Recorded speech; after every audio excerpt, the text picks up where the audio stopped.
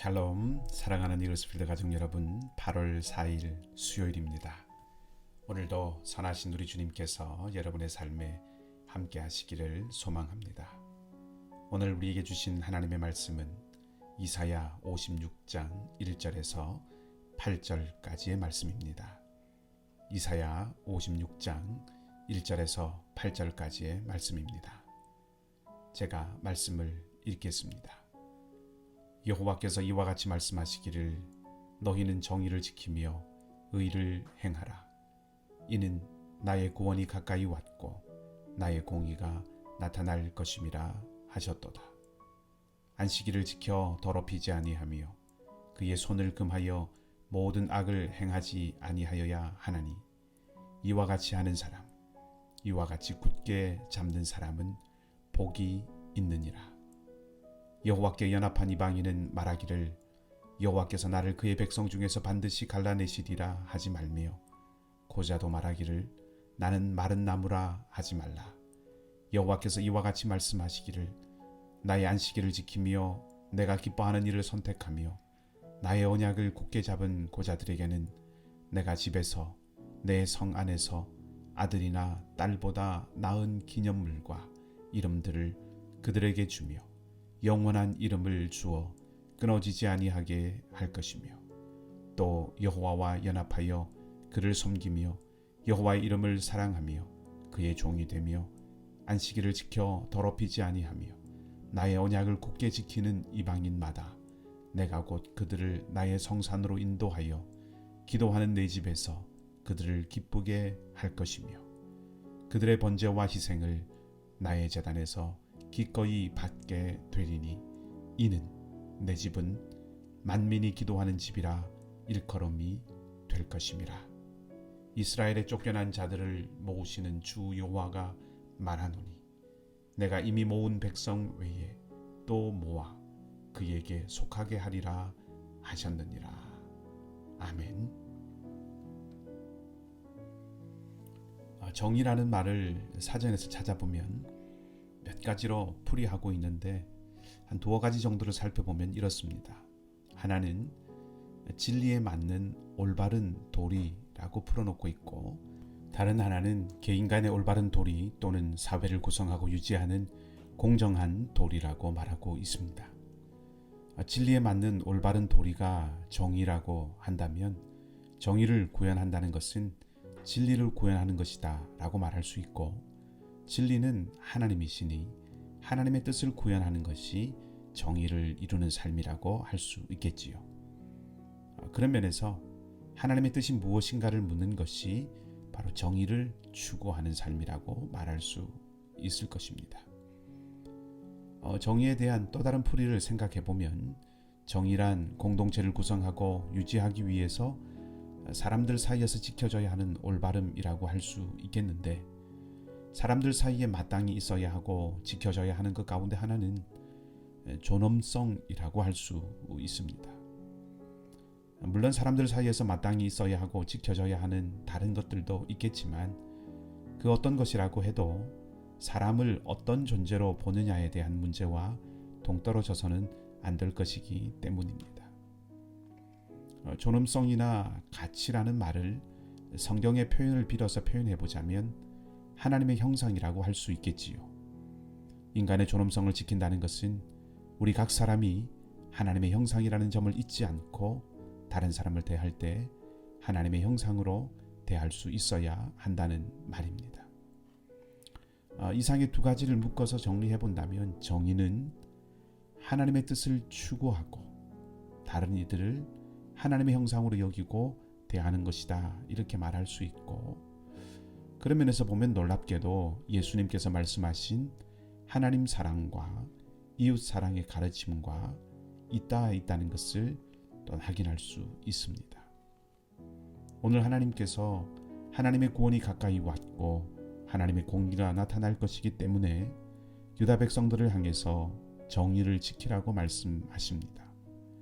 앞서 정의에 대해서 정리해 본 것과 연결해 본다면 하나님께서 공의를 행하셔서 옳고 그름을 판단해 내실 때 심판의 자리가 아닌 구원의 자리에 설 수 있도록 하나님의 뜻을 추구하며 살아가고 다른 사람을 하나님의 형상으로 대하며 살기를 요청하시는 그런 말씀이라고 볼 수 있습니다. 그렇게 하면서 안식일을 지켜서 더럽히지 않아야 한다고 말씀하시고 하나님의 성전이 만민이 기도하는 집이 되게 하시겠다고 하십니다. 하나님의 뜻은 유다 백성들뿐 아니라 전에는 여호와의 총회에 들어오지 못하였던 사람들을 포함하여 온 땅의 모든 사람들의 예배를 받으시겠다는 것입니다. 곧 이스라엘의 하나님이 온 세상의 하나님이심을 드러내시겠다는 것이지요. 그 하나님의 뜻을 추구하며 산다면 우리는 모든 사람이 하나님을 예배하는 사람이 되게 하는데 힘쓰는 삶을 살아야 합니다. 근본적으로 선교적인 삶을 살아야 한다는 것입니다. 하나님의 뜻을 따르며 사는 삶이란 본질적으로 선교적인 삶입니다. 온 세상이 하나님을 알고 하나님의 다스림을 받아 하나님을 영화롭게 하는 것이 선교적인 삶이지요. 이것은 멀리 복음을 전하러 나가는 사람이나 현재 삶의 자리를 살아가는 사람이나 구별 없이 동일한 부르심입니다. 그러니까 선교적인 삶은 삶의 성격을 말하는 것이지 장소에 대한 것이 아니기 때문입니다. 우리가 어디에 있든 먼 곳에 있든 이곳에 있든 예수 그리스도를 통한 하나님의 은혜를 알지 못하는 사람이 예수님을 통해 하나님을 알게 하는 것, 자신의 뜻과 욕망만을 쫓아 살아가는 삶에서 돌이켜 하나님께서 다스리시는 삶으로 변화되도록 돕는 것, 그래서 하나님을 예배하며 하나님의 이름을 높이며 살도록 함께 걷는 것이 모두 다 선교적인 삶인 것이지요. 이런 삶의 근본에는 다른 이를 하나님의 형상으로 보는 마음이 자리하고 있습니다. 다른 사람을 나와 같은 회복되어야 할 하나님의 형상으로 보지 않으면 멀리 나가 하나님의 은혜를 알릴 필요도 느끼지 못하고 가까이 지금 살고 있는 내 이웃들에게 하나님의 사랑을 알릴 필요도 느끼지 못하기 때문입니다. 그렇게 하면 유대인과 이방인이라는 구별이 생기는 것이고 이방인은 멸망받을 존재가 됩니다. 그리고 성전은 만민이 기도하는 집이 될 수 없습니다. 그러니 선교적인 삶의 첫 출발은 다른 이를 하나님의 형상으로 보는 것이라고 할 수 있습니다. 거기에 사랑과 긍휼이 있고 그 마음이 복음과 하나님의 은혜를 전할 수 있는 통로가 됩니다.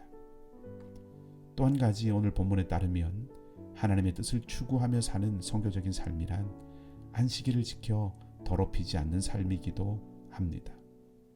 안식일을 지키는 것은 유대인들이 자신들의 정체성을 지키고 보여주는 몇 가지 중요한 표지 가운데 하나입니다. 참고로 신약에 가면 이거와 관련한 이야기가 풍성하게 나오는데 이번 달 말에 묵상 본문 미리 나누기 시간을 통해서 갈라디아서를 살펴볼 때 특히 이 갈라디아서에도 이런 유대인의 정체성에 대한 문제를 다루고 있는 것을 볼 수 있을 것입니다. 안식일을 지킨다는 것에 대해서는 58장에 가면 또 나옵니다. 그 본문을 토대로 해서 안식일을 지켜 더럽히지 않는 것을 한번 생각해 보면 안식일이 자기의 즐거움이나 자기의 유익을 구하는 일이 일어나는 그런 날이 되지 않게 하는 것이라고 생각해 볼 수 있습니다. 즉 안식일을 잘 지키는 것을 통해서 유대인이 하나님의 백성임을 드러낸다고 한다면 유대인들이 하나님의 백성이라는 것을 나타내는 표지는 하나님의 날에 자기의 유익을 구하지 않고 악을 행하지 않고 사는 모습을 보이는 것이라는 뜻입니다. 예수님은 이것을 적극적으로 해석하셨지요.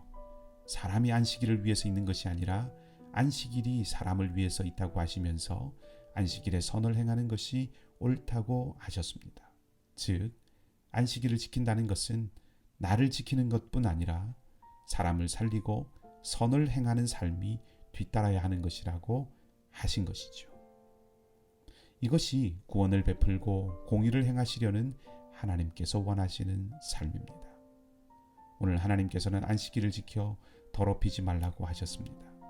안식일이 사사로운 즐거움이나 내 유익을 위한 날이 아니라 사람을 살리는 날, 선을 행하는 날이 되게 하시라는 말씀입니다. 그리고 유대인들뿐 아니라 세상의 모든 사람, 혈통이 아니라 누구든지 하나님의 언약을 지키기만 하면 하나님께 속한 사람이 될 수 있다고 하셨습니다. 그 은혜로 우리도 하나님의 자녀가 되었습니다. 그리고 이제 우리도 그 은혜로 모든 사람이 하나님의 자녀가 되도록 다른 이들에게 사랑으로 하나님의 은혜를 알려주어야 합니다.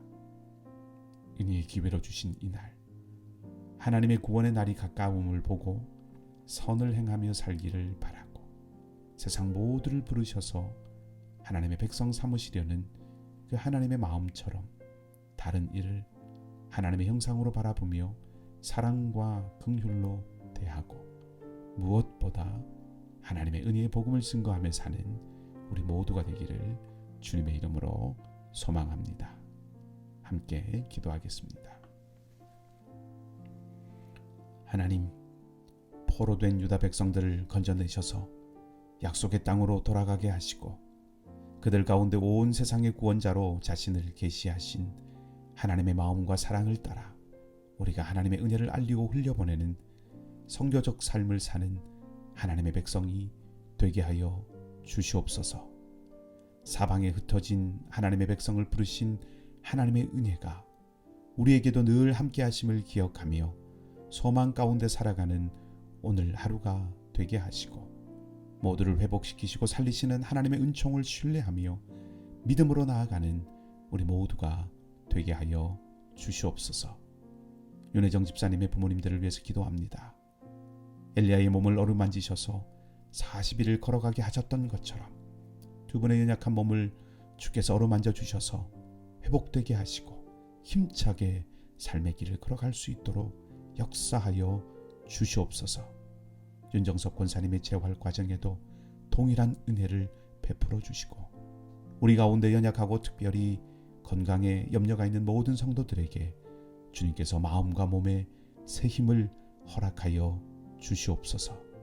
무더운 여름 상록지 어르신들의 건강을 지켜주시고 우리 자녀들의 삶도 붙들어 주시며 선교사님들의 사역에 함께 해주시기를 원합니다. 오늘 하루의 삶도 온전히 주님과 함께 동행하는 복된 하루가 되기를 소망하며 우리 주님 예수 그리스도 이름으로 기도하옵나이다. 아멘. 말씀을 기억하시고 자유롭게 기도하시고 오늘도 믿음으로 사는 하루가 되시기를 소망합니다.